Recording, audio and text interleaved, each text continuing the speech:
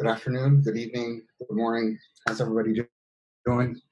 So let's see. To start this class off, it's going to be, I wanted to not rehash, but discuss last week's class a little bit because I think I got it off into a tangent, and it was the whole special, not special training. And actually, it came from number 6 of the etiquette, which is respecting your weapons, respecting uh, your dogi, etc., just out of respect. And that class kind of morphed into the special, not special thing because I talked some stories about Suzuki Sensei and my experience.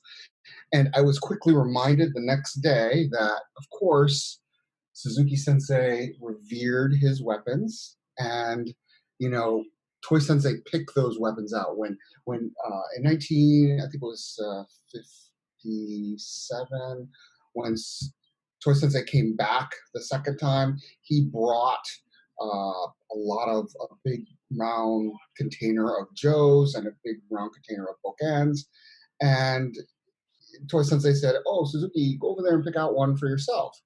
And he did. He said, "Well, Sensei, could you pick out them for me?" And of course he did. So he picked out the Joe and the Bokan and gave it to Suzuki Sensei, and they're of course very special to him. And he always and I was kind of reminded of the story where when we do the practice where you hold a bokan at Chudan Kamai, and the other person either hits it or waves it over, and you either are calm and not flinching, or you might flinch. Well, they were doing that practice, and I don't know if it was at a seminar or where it was, but Suzuki Sensei said he broke Toy Sensei's bokan with his bokan. And broke it in such a way, it broke into, I think, 3 pieces. And if you ever come to the dojo, you'll see they took those remaining pieces of Toy Sensei's boken and made tantos out of them. And they're in our tanto area place at the dojo. And that was a story, of course. And then Curtis Sensei kind of reminded me that, Suzuki Sensei made me carry his weapons everywhere in the world. I will never do that to an Otomo, because he had to carry that tube all over, from Japan to Europe to the United States, because Suzuki Sensei wanted to make sure he had adequate weapons to train with. So I just wanted to kind of talk to you guys about that, because I didn't want you to be led astray. And plus, the previous video was like forever now on YouTube, but I didn't want people to get the misunderstanding that Suzuki Sensei or did not think his weapons were special. With that being said, the next etiquette that we're going is actually the last one we're going to cover in etiquette. It's number 15, and it's never speak to outside people or groups regarding negative ideas or feelings you may harbor regarding your Aikido dojos or teachers. This not only will rebound upon you personally, but also will cause harm to your instructors and the dojo. And it's just a matter of respect. Not only do you respect your weapons, but you have to respect your teachers and so forth. So I wanted to read from chapter 18 as the quote from a book. And it's Curtis Sensei's Letting Go, and it's chapter 18, Big Meaning. I want you to recognize the value of life. How you treat the world around you is how it treats you. When you take care and do everything in front of you as if it is sacred, then indeed it is. Then you live a blessed life. Then you live a life that is whole. We call this one with the universe. Not separate, not isolated, not suffering. When you are sitting or going to train, prepare as if you are going to your beloved. There is a mystery here that must be discovered. If you make light of something or treat something as habitual, then that is a shrinking then that is shrinking in the meaning for you and creating a life for you that is inconsequential. How can you expect to move to the most refined level of consciousness when your habit is to minimize everything to the lowest level, the habitual level? Maybe you can understand this and improve your practice. So that was in chapter 18, and that kind of goes with, being respectful not only of your life and having it sacred, but also how you respect everything else in your life. I want to start it off there, and I'd like to have. Okay, so I'll give you the opportunity. You can comment from last week's class if you were there, and you can tell me what it brought up in you, how you felt about it. You can discuss, or both, what you think of this, etiquette. And I'd like to start off with Olaf Schubert Sensei, because I could tell from his answer last week he was not very satisfied with the class. And I want to start with him. What do you think? Yeah, good morning, Sensei. Morning. Yeah, no, I liked last class. Well, your answer last week, you're like, because we got into you talked about, well, this is why, it's not, it is special that I'm training Ki Aikido, and it is, that's why I'm training this. Yeah. And I also have my own weapons, and I don't let anybody else train with them, usually. But having said that, I also hand my bokken to people. I have a very light bokken, and I chose that for a reason. And when I have a petite woman training with a bokken that is 3 times the weight, and I see her getting all tense in the shoulders while holding the bokken just in Chudan position, and I see her laboring around this weight, and I tell her, relax, relax, relax. It doesn't work. And then I take her bokken and give her mine, and here, feel. And, relief, So for that reason, I have handed the bokken to others for training, but never for any contact practice, Sure. So, so having said that, today's topic, everything is, as you said, as you read from Letting Go, every moment is sacred, as Curtis Sensei said. Yeah. So that extends. What immediately came to my mind is every form of training is also sacred. I talked about this last night to my students. It's interesting how these topics come up in this next class as well. So especially during those times now, here we have Zoom class, we have, at least here in Germany, we have a weapons class in the park. And then also now we have training in the dojo again. And you could see during the last 3 to 4 months where we only had Zoom classes that some people were waiting because this moment and this opportunity was not right. It was felt insufficient. And no, I will wait for regular classes in the dojo because those moments are better. So this moment now, where everybody is meeting on Zoom, is not so good. It's not valuable. I miss everybody, but unfortunately, this moment is not right for me. I have to wait for the class in the dojo again. So this is basically the mindset that is prevailing here. So even now, after all those time, and I'm sure the same in Maui dojo and every dojo, there's a certain proportion of the dojo who have not ever once shown up in Zoom classes, right? Oh So yes. they're That- just opposing those moments because those moments are not good enough, and they are waiting for some future moment, which presumably will be better whenever it will be. So they are missing out on all those moments. And this is a perfect example of what you were just reading here from Curtis Sensei. And you can see how it's lived. It's, yeah, that came to my mind when you read this. Good. Yeah, that's great. That's great. Thank you so much for sharing. I would like to ask John Hara. John, what did you think of last week's class? See, he's my assistant, so he gives me the real like deal there on last week's class. And how did you how do you like the segue for this week's class there, John? Yeah, I enjoyed last week's class as well. um, I, you're mentioning, um,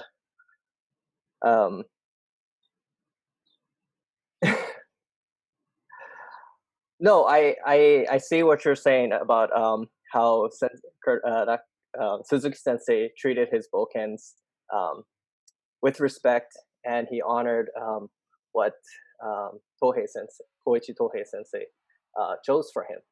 So in that respect, I understand how special and that moment for him was very unique, yeah, and so he kept it as a treasure.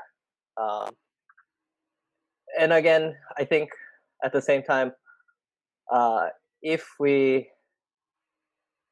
our intention is to be like, aha, I have the sword that Koichi Tohei Sensei has given me.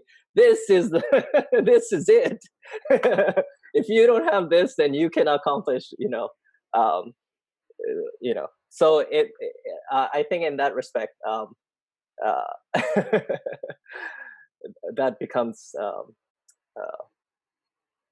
you know, a trouble. Not trouble, but a block.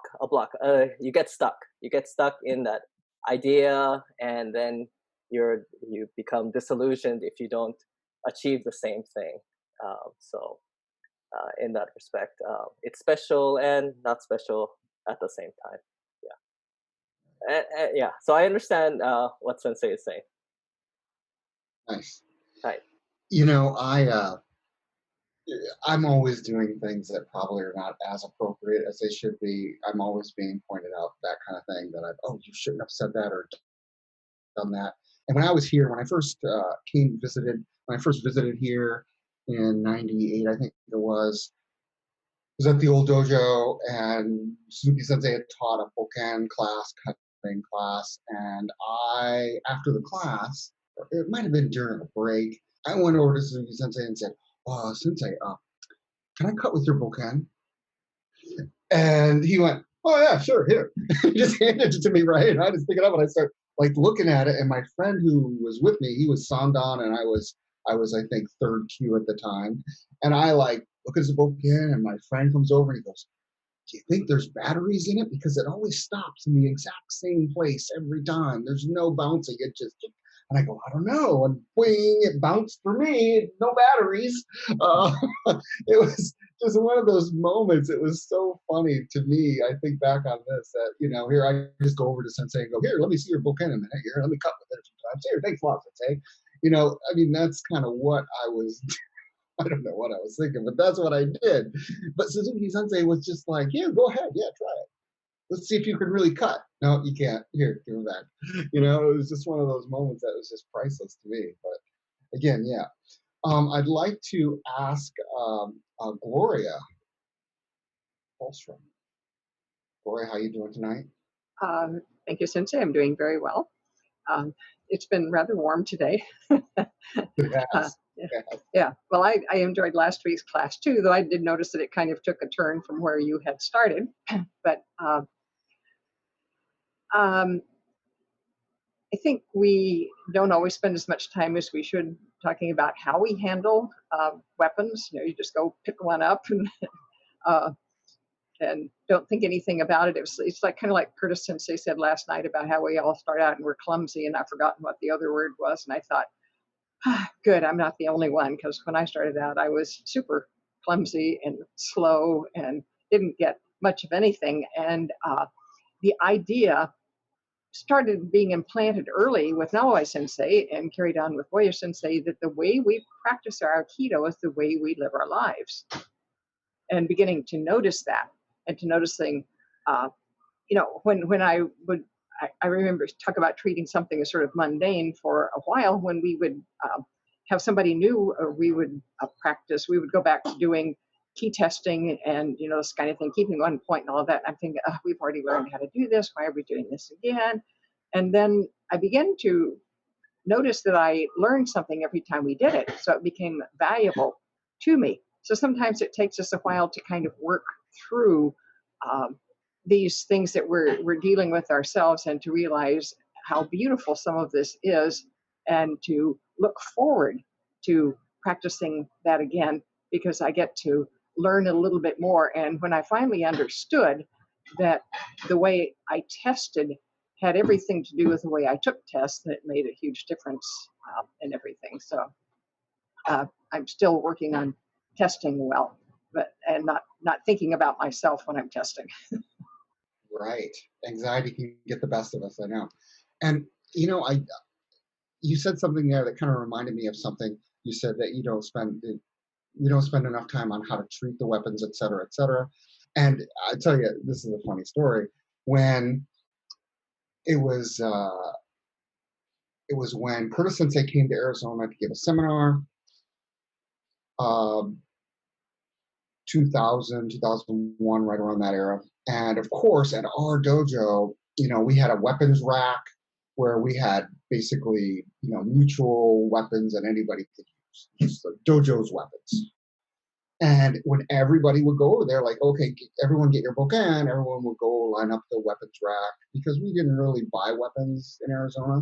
And we go get the weapon, and we would do the aikikai thing, which is you take and you bow it into the showman, and then you go sit down, right? And everybody did that. Curtis Sensei's watching. And after that, he goes, "You guys, what are you guys doing?" He goes, "You give reverence to your bokan when you pick it up, but as soon as you get done bowing it in, you're just walking like it's no big deal, with no mind-body coordination whatsoever." He goes, when you touch a bokan, you must be mind-body unified. You must be. And that was something that he not only learned from Suzuki Sensei, of course, and Toy Sensei, but he really set the tone at our dojo. It's like, oh shit, yeah, we got to be serious. Even when we're getting our bokan, we got to be mind-body unified all the time. And that was like a big moment for me. I didn't know that at that time. I think I was like fourth Q at the time or something. I was like, wow, okay, yeah. When I touch the bokan, I got to be mind-body unified. And even when I got to Maui, Suzuki Sensei would remind people in the class, hey, when you touch a weapon, you must be mind-body unified. Just when you touch it. So yeah, that was a big moment for me. So I know what you're saying there, Gloria. How about Toby? How are you doing tonight, Toby? I'm awake. Thank you, Sensei. Great. It's early morning there, I know, yes. Yeah. And, we didn't know about treating your weapons correctly before Curtis Sensei came, so we just picked them up and walked around. So we got the same kind of lecture that Sensei gave you. But I also, we use these, I don't know if, not really Aikikai bokens, but the heavy ones, the red colored, right? I don't know if you know them. I know them. And at one point, my teacher gave me also a very light boken, a white one, came from Japan, had my name engraved at the back. And he gave me that one. So I was really, really happy with it. And it was really light, so quite different from all the other boken that we used. And we're doing this exercise with where you have to hit the bokken from the side, and then you have to extend key and keep the bokken calm and the tip not moving. And I thought, I'm going to hit this bokken, with key. So I swung out with my bokken, hit the thing, and I saw one piece flying away. And I was so happy and so proud that finally I hit it so hard that I broke the other person's bokken. But when I looked closely, it was my whole bokken that was broken. So yes, Lillian, I cried a bit. We glued it together. And I never use it in any of these exercises anymore. I just use it for Taigi training, practice. So we would use the old, thicker ones to do this exercise and save my own bokken, keep it separate from it. So, yes, one, attachment to the bokken, yes. The specialness, yes. Thinking I was great doing this exercise, yes. Yeah, so all 3 classes, crying again, yes. All in one. So I got the feeling of trying to be careful, yeah. Oh, that's a great story. I like it. I could just see, you're like, yes, it's finally somebody else's bokken is broken. Oh no, it's my own bokken. Oh, that's priceless. That's great. Thanks for sharing that. That's a good story. So Lillian Paiva, you look like you have to say something. I don't know what it is, but please share with us. Good evening, everybody. It wasn't so much I had something to share as that that was a very good story.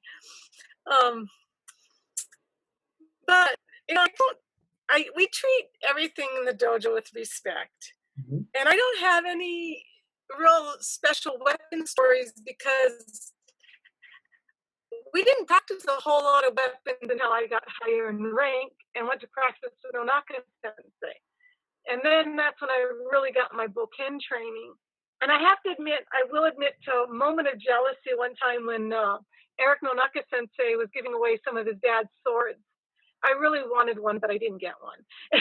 So, moment of jealousy that I've since let go of. But number 15 that you were reading earlier, I'm happy to say I don't hear in our dojos, any of them, or when we travel or go to seminars, much negativity coming out of people. It always seems to be really positive and uplifting stuff. And sometimes the urge has been when you hear something that you don't know about, especially like me at a board meeting or something, it sounds like there's more to that story. But we never really dwell on those. So to me, it's so wonderful to see that. I will admit now, when I did go to Japan in 2012, I think it was, I was on the bus and I was really sad to hear, I don't know where he was from, but some gentleman had come to the seminar in Japan, the World Camp, and he was really upset that he thought everybody should have been doing everything for him because he was coming there. He was of the mind that, wow, I'm coming to see you guys. And I'm like, wow, I wonder where this guy is from. So that's one of the very few times I've ever heard anything really. And my immediate thought is, okay, who's his teacher?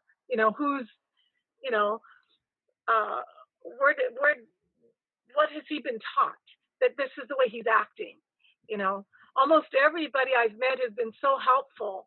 And even if I've been in maybe not necessarily a great mood, everybody else has been uplifting and wonderful and always speaks pretty much well of everybody. Now, I will say one more thing, if you allow me another minute here, is that what Schubert Sensei said about, people not showing up on Zoom. And boy, talk about having attachment's not the word, preconceived ideas sometimes, not being open and living by our belief, because these classes to me were even so much more than I would have expected them to be. And I think of all the people that lost this chance because they had a preconceived idea of what these classes would be. And to me, it's given me a whole nother perspective of all the people I thought I knew, and I don't. And I just think in so many ways we've all had so many things to share. In fact, I'm going to say her name wrong, but right there on the screen next to me is Christelle, and I met Christelle in Japan. And Christelle isn't like me. She's a very more quiet, subdued personality. And, you know, I got to meet her in Japan, I think it was in 2016.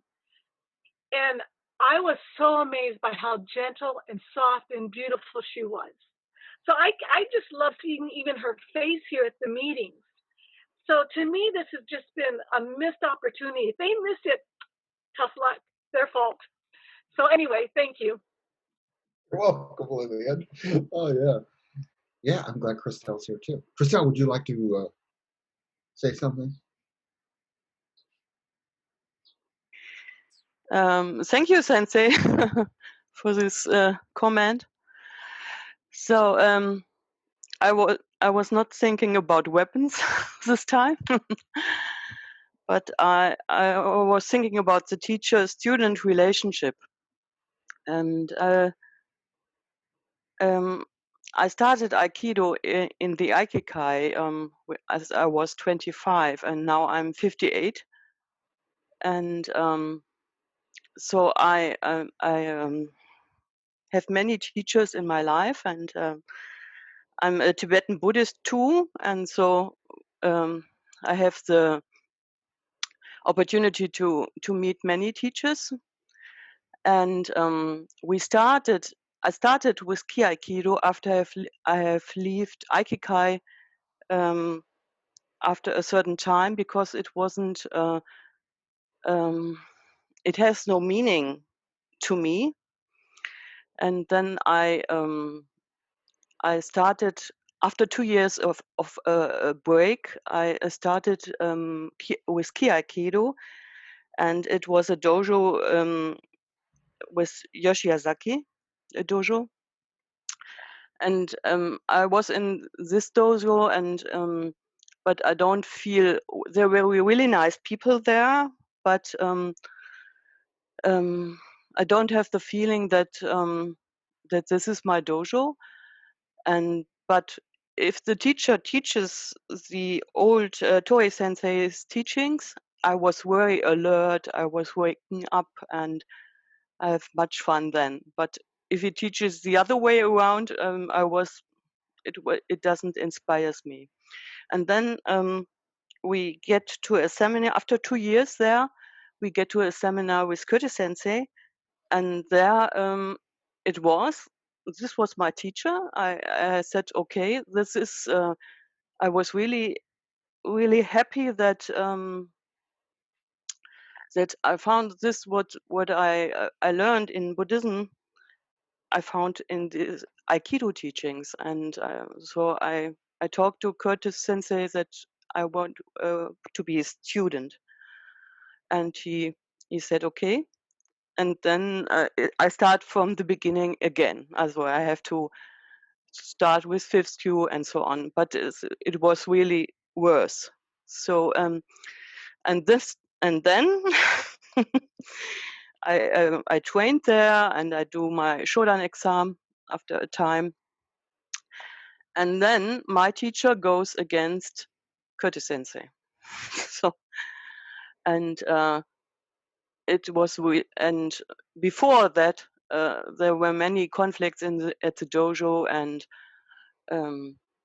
and my friends always said to me, why do you don't leave this dojo, and why do you train there and you go there, and it's so bad there, and so and I said, but I couldn't leave it because of Curtis Sensei and of the teachings, and as my teacher goes against him, so I said, this is really, really, it's not right. So, I think in Buddhism there is a transmission lineage, and I think it's important to follow this transmission. And the Buddha said, don't believe in the teacher. Our Buddhist teachers say, don't believe in the teacher, believe in the teachings. Or not believe, trust, I would say trust. And even the Buddha said, check, don't believe me because I'm a Buddha, check it all by yourself. So after that,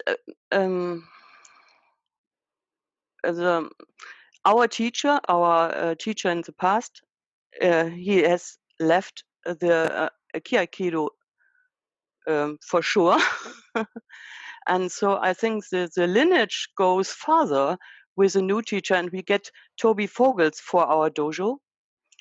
And even the old dojo, they divided in 3 parts because we were a very small group, but we started then at Krefeld, and Toby and At senseis they support us very well, and Toby comes for years, comes to each week from Helmond to us. So, and I think that we have trusted in our teacher, even in Curtis Sensei, is we get the opportunity to have really training on a high level. So, and I think it's important to check it, to feel is it really right what your teacher is telling you, and but if you get the feeling that, or you feel it that is really the teaching, and the teacher is representing this teaching, so it and he's representing the absolute truth, not the relative truth. So I think this is important too, to get this feeling and to check it, and then to hold it on a very high level if it's so. Yes, and okay. You know, This I want to say about it. Yes. you touched on some really good subjects there. I really liked what you had to say. I mean, anytime a dojo splits up, you know, politically, it's devastated. I mean, think about it. I mean, it's just kind of like a divorce or anything like that. It's really heartbreaking to see people you've trained with, and then you don't necessarily agree, or can come together, with whatever reason. And yeah, I mean, so what I said earlier, read from Curtis Sensei's book Letting Go. Yeah, you really have to go to the next level. You have to look beyond and not get stuck. So yeah, I agree. I'd like to ask Charles Boyer Sensei. How you doing tonight, Charles? Yeah, doing great, Sensei. Thank you. How are you doing? Good, good.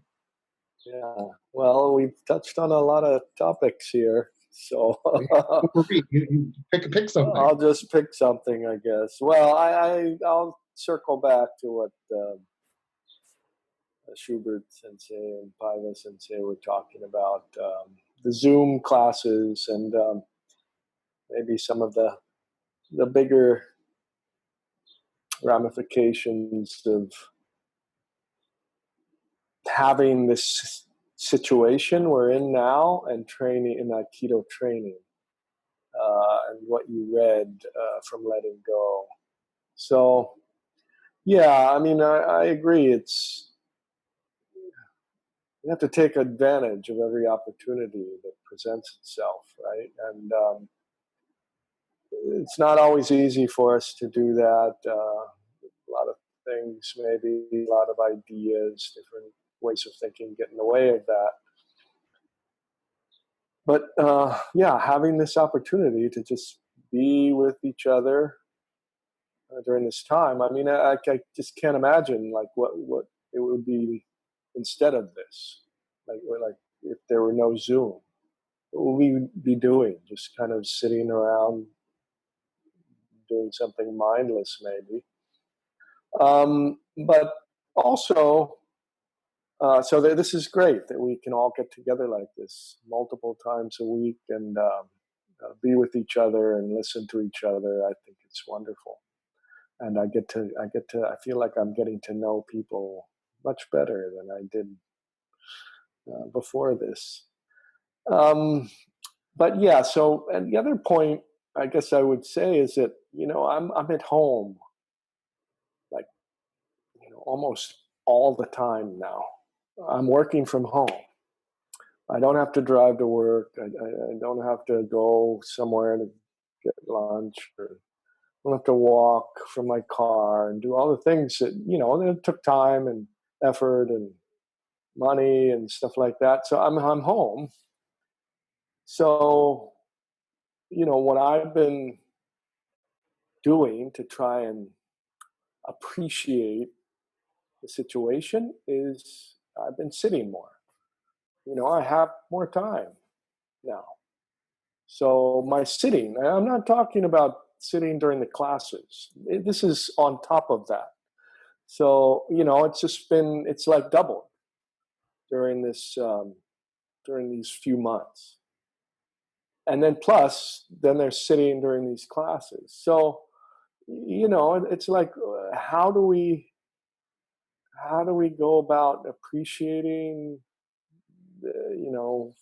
this life that we have at this moment, rather than what may be here next month or next week or tomorrow.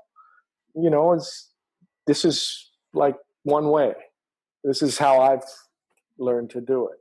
And of course, I'm also getting to know Celine very well. She travels all the time. So, we spend a lot of time together now, every day, every single day, all day, we're together. And it's wonderful. It's so wonderful. And yeah, I mean, what a nice thing. Even though many people are suffering around us and around the world, to have, some of this kind of routine that maybe I feel I was maybe stuck in, to be broken up a little bit and to be given this opportunity. So that's what I have to say.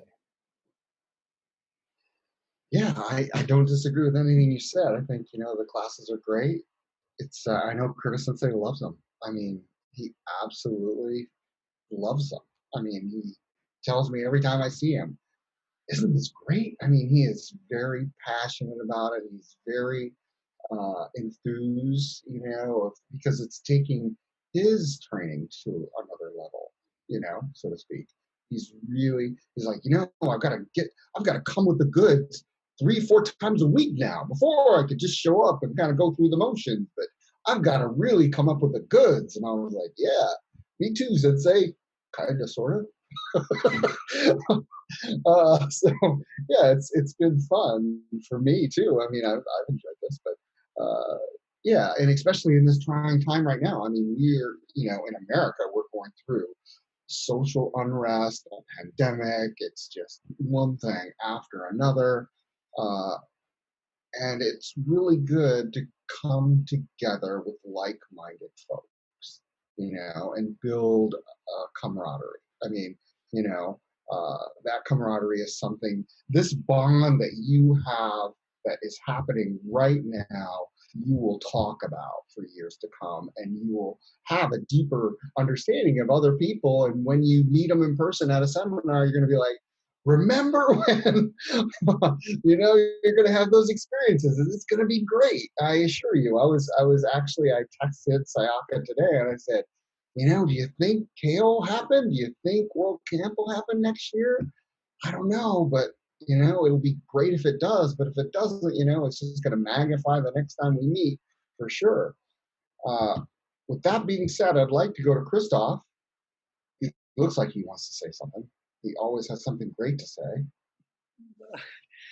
Good evening, good morning, everybody. No, I don't have much to say. but thank you anyway. Zoom classes, I don't have many students, but one of them once or twice attended Zoom classes with Curtis Sensei. I saw him.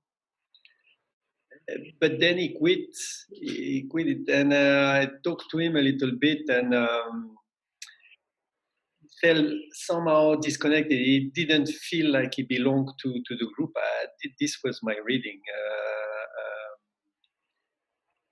But what I observed is that in parallel, I would circulate some of the transcripts. I would circulate chosen pieces of text to the students, and they were reading it. They are reading it. So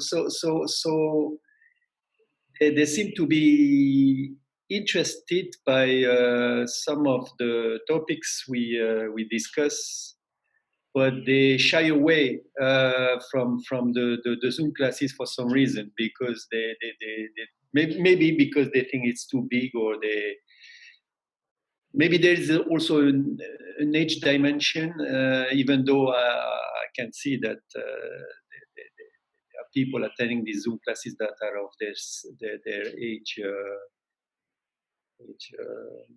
level. Now, as far as I'm concerned, I cannot go back teaching inside, because technically it would be possible, but I refuse, because the city does not want to organize any decontamination of the room from the people who are using it before me, etc. So I said, under this condition, I don't want. So we meet in the park, and I teach in the park. And I think we all having a really great time in the park. It's very interesting, because it's in a park where there is a lot of noise. There are lots of noise, because the park is nice, but there is a highway not so far away. So we have a permanent noise with cars. So I try to use this as an opportunity to tell people, look, this is possibly disturbing, but try to, the story you were telling us about Shinichi Toei Sensei into his key breathing session while there was this fire alarm. So, Yeah. so I'm telling the guys, look, this noise is there, but take it on board, and when you take it on board, you can still notice there are birds, etc. So all this to say that we're trying to make use of this new context to experience new things somehow, and then the teaching is we still have some meditation in the park, but then of course we have technique practices, but without contact. But then sometimes I have the guys and me with them going together, respecting some distance, and then I tell them, look, you have to pay attention. So you have to be like in a ballet together. You have to be doing some dancing together.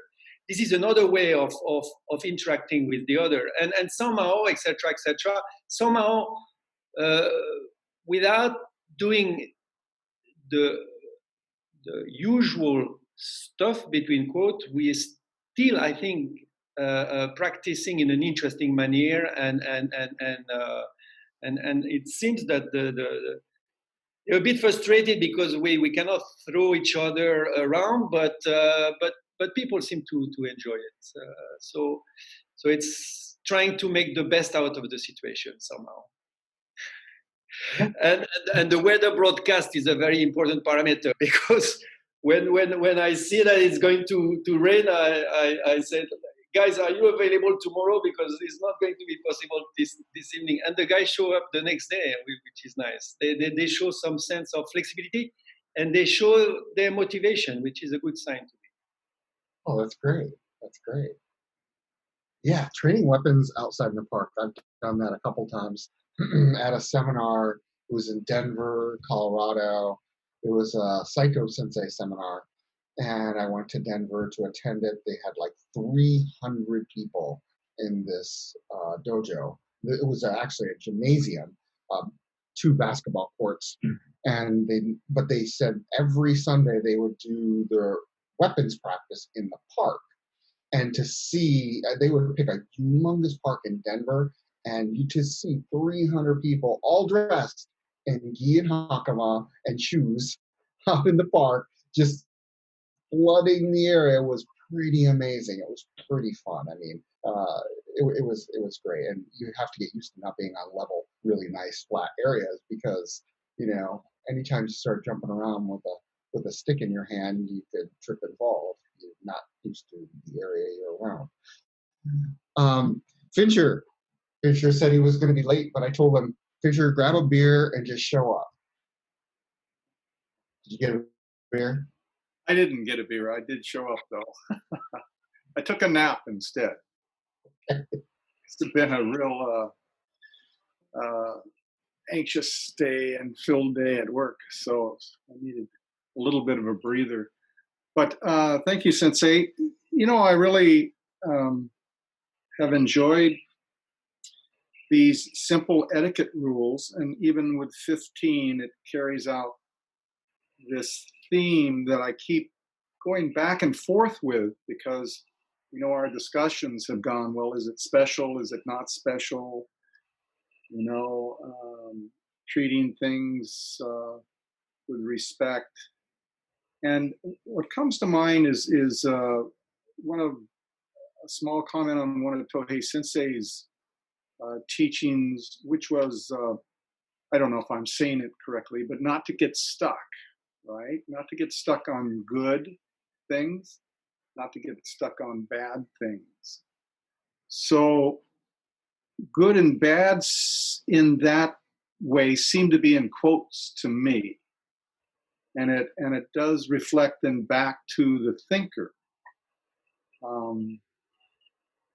And all of these sort of are directing us to loosen up our own concepts of what's good and bad and otherwise, and just sort of replace it with something different, respect, value. I think that's a really interesting perspective. I'm still kind of, tossing it back and forth, frankly, as to what are we actually teaching with this? You can reflect in many ways what that can do in your life. Like we talked about last time, or I did. I commented on how I looked at it as these little drops in your subconscious to stop putting negative thoughts in your subconscious. Well, those are your thoughts, nobody else's thoughts. So again, replace it with something respectful. Don't take no longer pursue your conditioned attitude towards things. Replace it with what you're being taught here. So that's kind of what I've valued in looking at these really, really simple rules, is that it really points to something much deeper that we have to kind of look at. I do anyway. So I guess that's about, I don't know if that makes sense, but. No, it does. It makes sense. Yeah, I agree with you wholeheartedly. I mean, I appreciate that anyway. Thank you. Curtis Sensei emailed me after last week's class and just said, hey, this is a pretty deep subject you've entered into, this special, no special thing. And made quite a few comments about it. And yeah, I told him, I said, yeah, I agree with you. I said last week's class probably wasn't my best. It needed some work. It wasn't a standalone class, as I like to say it. And I said, I'm going to revisit it this this next time and see how it goes. And I think it's sort of manifested itself pretty naturally, and I'd like to get another person's opinion on it. Maybe Alaria could say something. Hello, Sensei. Hello. Hi, everyone. Yeah, last week's class, talking about special and non-special, it reminded me of something that Paiva Sensei said. I think she puts it really well. We are all special, but we are not as special as we think we are.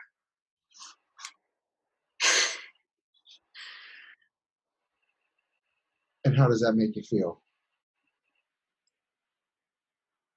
It makes sense to me. Mm-hmm. Yeah. I certainly want to be special. I have all kinds of thoughts. But yeah, it just makes sense. We are all, something that Curtis Sensei said was like every person's presence in every class makes a difference for the whole class because every person is unique. So that's like an example of that. But at the same time, we're tiny, tiny specks in the universe. So.